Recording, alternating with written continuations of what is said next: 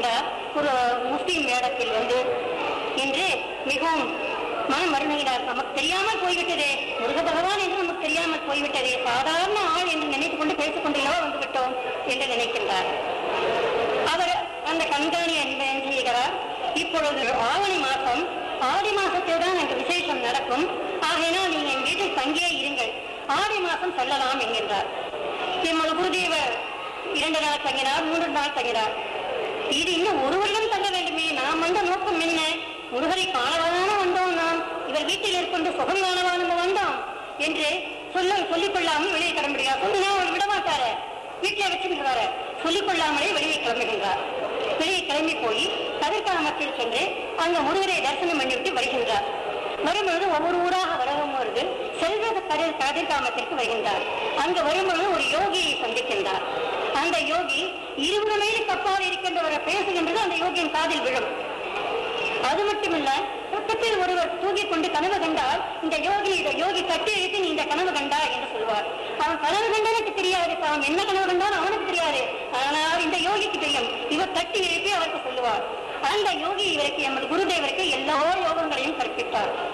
அது மட்டும் இல்லாமல் அவர் சொன்னார், இவர் நான் சுவாமி சிவானந்தரிடம் சன்னியாசம் வாங்குவதாக இருக்கின்றேன் என்று எமது குருதேவர் சொல்லித்தார். அதற்கு அவர் சொல்லித்தார், நீ இப்பொழுது மதுரையில் புனையாக இருக்கின்றாய், நீ இப்படி குளித்தாலும் குளிப்பாய், அப்படி குளித்தாலும் குளிப்பாய், ஆனால் இப்பொழுதே நான் அவருக்காக அவருடைய சிஷியதான் நான் உனக்கு சன்னியாசம் கொடுத்து விடுகின்றேன் என்று சன்னியாசம் கொடுத்து விடுகிறார். அதற்கு பிறகுதான் அவர் ரிஷிகேஷ் அவரிடம் அவரது நடத்தி சன்னியாசம் வாங்கினார். அப்படி வரும்பொழுது எல்லாவற்றையும் முடித்துவிட்டு திரும்பி ஊருக்கு வருகிறார். வரும்பொழுது அப்போ வெகு தூரம் நடந்து வரும்பொழுது திரும்பி இன்னொரு முஸ்லீம் வருகின்றார். எங்கே நீ போகின்றேன், நான் ஊருக்கு இந்தியாவிற்கு போகின்றேன் அப்படின்னு. ஏன் இன்னும் பார்க்க வேண்டிய இடங்கள் இருக்கே, யாழ்ப்பாணத்தில் முருகஸ்தலங்கள் எத்தனையோ இருக்கின்றது, அதை பார்க்காம ஏன் செல்கின்றாய் என்று கேட்கின்றார். அதற்கு அவர் சொல்கின்றார், என்னிடம் காசு இல்லை, எனக்கு பசியாக இருக்கிறது, என்னால் இனிமேல் முடியவில்லை, நான் இந்தியாவுக்கு செல்ல வேண்டும். இந்த இடத்தை கொடுக்கிறார். அப்புறம் இவர் இந்த இடத்துல எல்லாம் அமைச்ச பிறகு தன் குருதேவரை சென்று காணும் பொழுது, நான் அங்கு காலேஜ் நேஷனல் காலேஜில் படிக்கும் பொழுது அந்த இடத்தில் நான் தியானம் செய்தேன், அது சரியான இடம் தான் ஆசிரமம் ஆரம்பித்திருக்கிறேன் என்று அப்போ அவருக்கு அருள் கூறுகின்றார். அப்பொழுது அவர் பெண்களே கூடாது என்று வீட்டிருந்தார் எங்கள் குருதேவர். 1949 45 வந்தார். அப்ப பெண்களே கூடாது என்று ஆண்களுக்காகவே வீட்டிருந்தார்கள். ஆனால் எங்கள் குரு ஸ்ரீ மாதாஜியின் திருவடியில் இந்த நாடகத்தை சமர்ப்பிக்கின்றோம். ஒரு சமயம் சிவபெருமான் அந்நகரோடு ஒப்பிடும்போது சத்தியலோகம், வைகுண்டம், கைலாசம் ஒன்றும் இல்லாததாகிவிட்டது. எனவே அந்நகருக்கு சூன்யகபுரம் என பெயரிட்டான். சகலவித சேனைகளையும் உண்டாக்கினான். தன்னுடைய தோளிலிருந்து விஷுக்கிரன், விஷங்கன் என்ற தம்பியரை படைத்துக் கொண்டான். மற்றும் மனைவியர், மக்கள், மந்திரிமார் அனைவரையும் தானே உண்டாக்கி கொண்டு ஓயாது வேதங்கள் ஓதுவதும் வேள்விகள் செய்வதுமாக வாழ்ந்து வந்தான். இந்த சூன்யக நகரமே தங்களின் வருகையால் புதுப்பொலிவு பெற்றுவிட்டது. மென்மேலும் உயர்வடைய தங்கள் ஆசியை உனக்கு என்று கொண்டு பண்டாசரா. ஆனால் ஒன்றை மட்டும் நீ இன்னமும் உணர்ந்து கொள்ளாமலே இருக்கின்றாய். நான் உணர்ந்து கொள்ளாதவற்றை தாங்கள் எனக்கு உணர்த்துவீர்களானால் செவிமடுத்து கேட்கின்றேன். பண்டாசுரா, நீ தேவர்களுக்கு எப்போதும் நன்மையே செய்து கொண்டிருக்கின்றாய். சதா வேத பாடமும் வேள்விகளையும் செய்து கொண்டிருக்கின்றாய். நான் சொல்லப் போவதை காது கொடுத்து நன்றாக கேட்பாயாக. நீ மிகுந்த வலிமையும் அழியாதவரும் பெற்றவன் தான். ஆனாலும் அந்த தேவர்கள் எல்லாம் அசுரர்களாகி உங்களுக்கு சத்துருக்கள் என்பதை நீ உணராமல் இருக்கின்றாய். குருவே, இடையிலே குறுக்கிடுவதற்கு மன்னித்தருளுங்கள். தேவர்கள் நல்லவர்களாகத்தானே இருக்கிறார்கள். அவர்களுக்கும் எனக்கும் எந்த பகையும் இல்லையே. தேவர்கள் நல்லவர்களா? நன்றாக இருக்கிறது ஒரு பேச்சு. அந்த தேவர்களுக்கு அரசனான தேவேந்திரனோ மிகுந்த வஞ்சக லஞ்சமுடையவன். அவர் அசுரர்களை அடியோடு அழிப்பதற்கு எப்போது சமயம் வாய்க்கும், அதற்கு என்ன தந்திரம் செய்யலாம் என்று சதா யோசித்துக் கொண்டும் அதற்கான காரியங்களை எல்லாம் அசுரர்களுக்கே தெரியாமல் செய்து கொண்டும் இருப்பவர். பொறுக்கிறாரே பண்டாசுரா, நீ என்ன சொல்ல போகிறாய் என்பதை நான் அறிவேன். உன்னை அழிக்க நினைக்கும் படகுகளின் பாதிபலம் உன்னை அழிக்க நினைத்த மாத்திரத்திலேயே உன்னை வந்து அடைந்துவிடும் என்ற வரத்தை நீ பெற்றிருக்கின்றாய். அதனால் உன்னை யாரும் அழிக்க முடியாது என்று இருமாந்து இருக்கின்றாய். ஆனால் உன்னை கொண்ட நலமும் வலிமையும் பெற்ற எத்தனையோ அசுரர்கள் எனக்கு சீடர்களாக இருந்திருக்கின்றார்கள். அவர்களை எல்லாம் அவ்வப்போது அழித்துவிட்டு இந்த தேவர்கள் மட்டும் எப்போதும் அழியாமல் சுகமாகவே வாழ்ந்து கொண்டிருக்கின்றார்கள். அவர்கள் மிகவும் தந்திரக்காரர்கள். நல்லவர்கள் போல் நடித்து நம்மை நாசம் செய்து விடுவார்கள். இவற்றையெல்லாம் அறிந்து கொண்டு நீ செய்ய வேண்டியதை செய்ய வேண்டும் என்று சொல்வதற்காகவே நான் இங்கே வந்திருக்கிறேன். பண்டாசுரா, நன்றாக ஆலோசனை செய்து பார். நான் வருகிறேன்.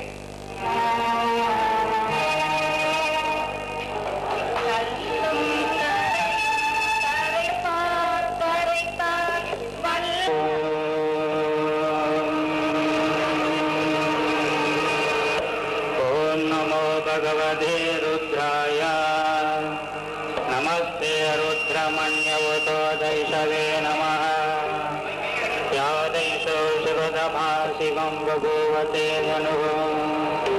शिवा सर्व्याया तवदनो जो रुद्रमृडया। या दे शिवग्रणोऽब्जाक्षादसिः। यामिषं गिरिशहन्तहस्ते विपश्यस्तवे। शिवाङ्करधृतां कर्मायुधं श्रीपुरुषं जगते। शिवेन सुसात्वा गुरुसाक्षा वदामसि।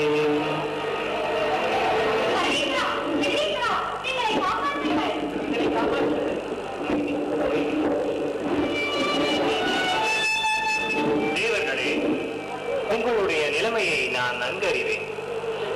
இந்த துன்பங்களுக்கெல்லாம் காரணம் முன் செய்த தீவினை பயன். பண்டனும் அவன் சகோதரர்களும் தாங்கள் முன் செய்த நல்வினை பயனை இப்போது மகிழ்வோடு அனுபவித்துக் கொண்டிருக்கிறார்கள். ஆனால் அவர்களுடைய நல்வினை பயன் முடிவுறும் காலம் நெருங்கிவிட்டது.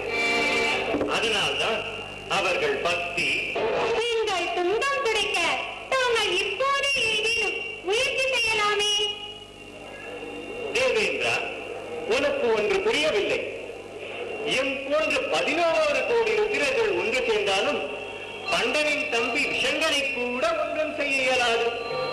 விசித்திரனோ இன்னும் பலம் வாய்ந்தவன். பண்டனோ இவர்கள் எல்லோரையும் விட மிகுந்த ஆற்றலுடையவன்.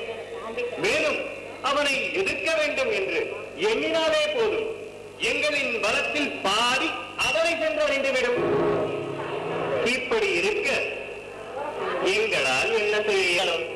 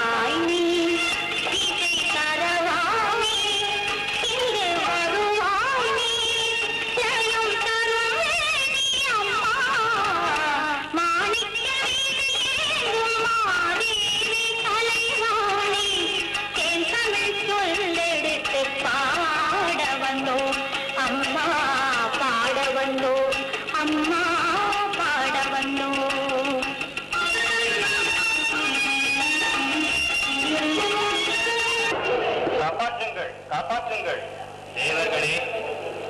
ஈசான ருத்ரன் சொன்னதைத்தான் நானும் சொல்ல இயலும். என் கையில் எதுவும் இல்லை. வேண்டுமானால் ஓர் உபாயம் சொல்கிறேன். என் தந்தையாகிய மகாவிஷ்ணுவை அடைக்கலம் அடைவோம். வாருங்கள், வைகுண்டம் செல்வோம். அப்படியே செய்வோம்.